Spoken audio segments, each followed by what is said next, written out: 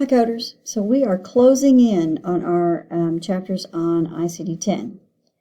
The next chapter we're going to cover is chapter 17 that's in your book, and this actually covers 3 chapters in I-10.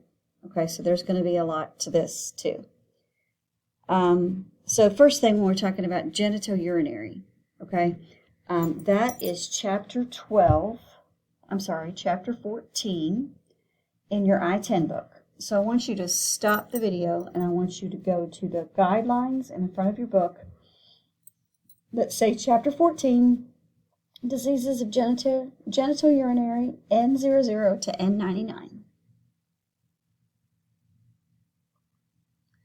So there's only a few guidelines there, but they are really important, okay? Because this is, you know how we say never do this, never do that, but there's always that exception. Well, here it is, okay? So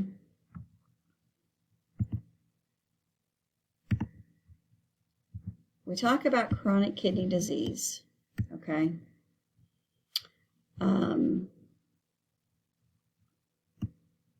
Okay, this is where these codes are going to come in. So chronic kidney disease is N18, and it's divided by stages, okay? So chronic kidney disease is defined by the GFR. That's how they determine which stage the patient is in, okay? So if you look in your guidelines, it talks about the stages of chronic kidney disease, okay?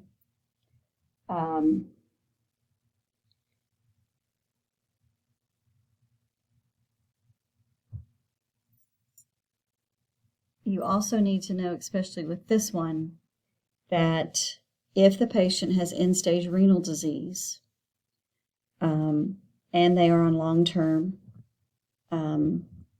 dialysis, you need to use a Z code to indicate the dialysis, okay?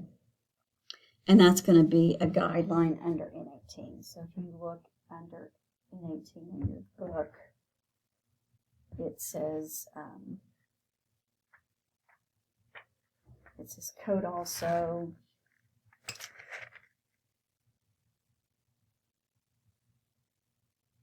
It says use additional code to identify transplant status, or it doesn't say in there about chronic dialysis. Oh, yes, it does. Under N18.6, where it says end-stage renal disease, it'll say use additional code to identify dialysis status. It's a Z99. Okay? The other important thing in this particular section is hypertensive chronic kidney disease. Okay? We always talk about you never assume. This is the one thing that you can assume. So if it says the patient is documented both hypertension and chronic kidney disease, you're to assume that there is a cause and effect relationship. Okay? The physician does not have to specifically state that. This is the only exception to this rule in I-10.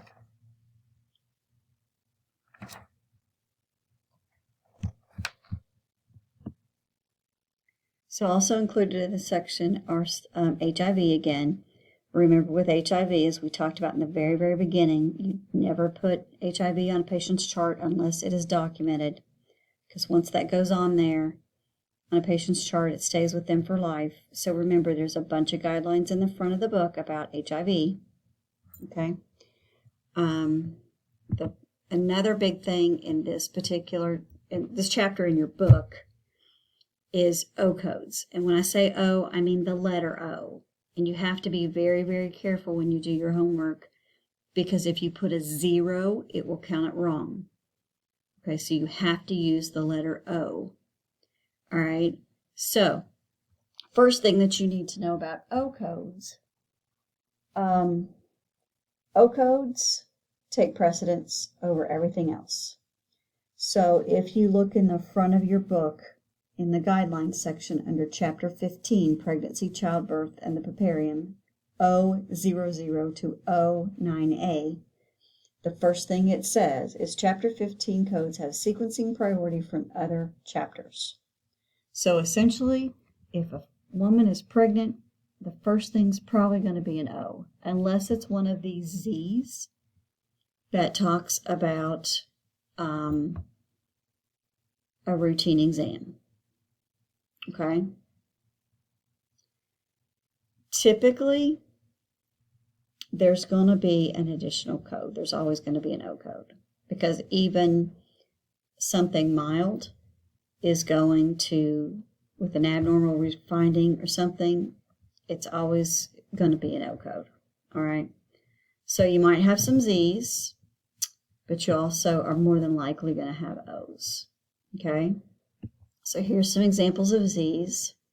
Okay?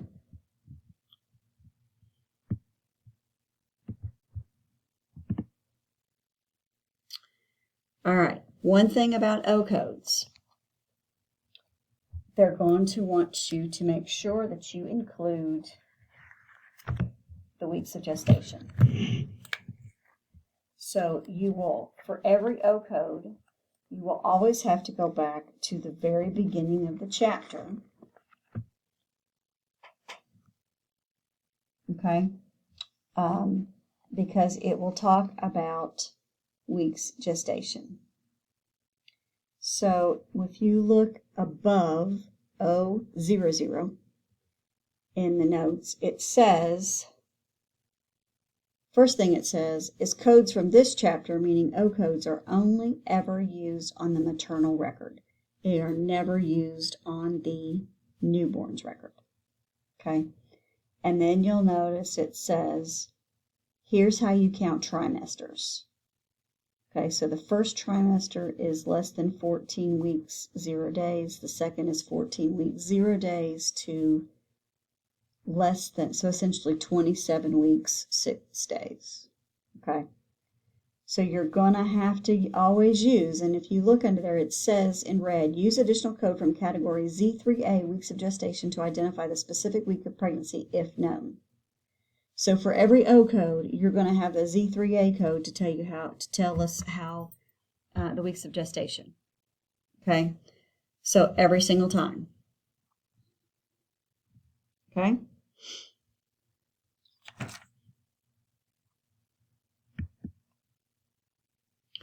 All right. So another thing that you need to know that is, so here's an example of the patient actually fractures her toe, okay? And in this case, it has nothing to do with her pregnancy. But to tell the whole story, you're going to add that code to say, hey, by the way, she's pregnant, okay? Again, it could have an effect on how the physician treats her, knowing that she's pregnant, okay? All right. So when you code for a delivery, okay, on the mother's chart, you will have one on the counter where the delivery actually occurs.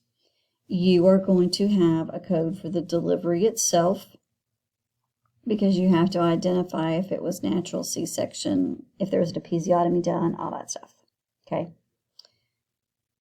And the outcome, which is a code from Z37, talks about number of babies, okay? Z37 only ever goes on the mama's chart. Only on the mama's chart, okay? So as you go through here, you're going to see uncomplicated delivery, preterm obstructive, whatever, okay? So that's what we mean about outcome and delivery. I mean, the delivery itself. And then you're going to have a Z code.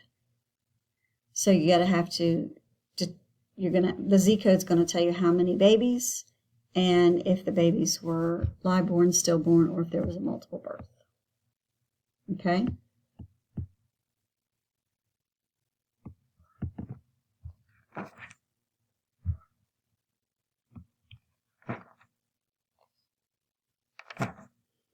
You're also going to have codes for complications. Okay, anything along that line, all these are going to be here. Sometimes these codes are difficult to look up as far as knowing what word to look up, okay? And then here we talk about 7th character. So see this one has 2 placeholders. Okay, because if you look at that code for 064, it's going to tell you use the 7th code for number of gestations. Okay, so 0 is unspecified, 1 as the 7th character is fetus 1, 2 is fetus 2, etc. Okay, so you'll see this one has 2 placeholders in there because the 3, where it's related to the 3rd fetus. Okay.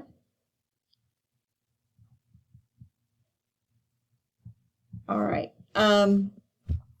Also, I want to point out in this section, as far as abortion, I know when we talk about abortion, or a layperson talks about abortion, it means something else. In this case, as you see here, it says this is not a political or religious discussion. Okay?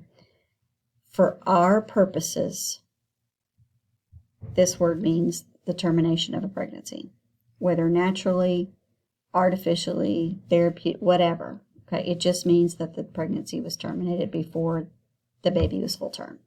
Okay, so spontaneous is what we would call a miscarriage. Okay. All right, so I'm going to continue this chapter in another video because we have to talk about P and Q codes still.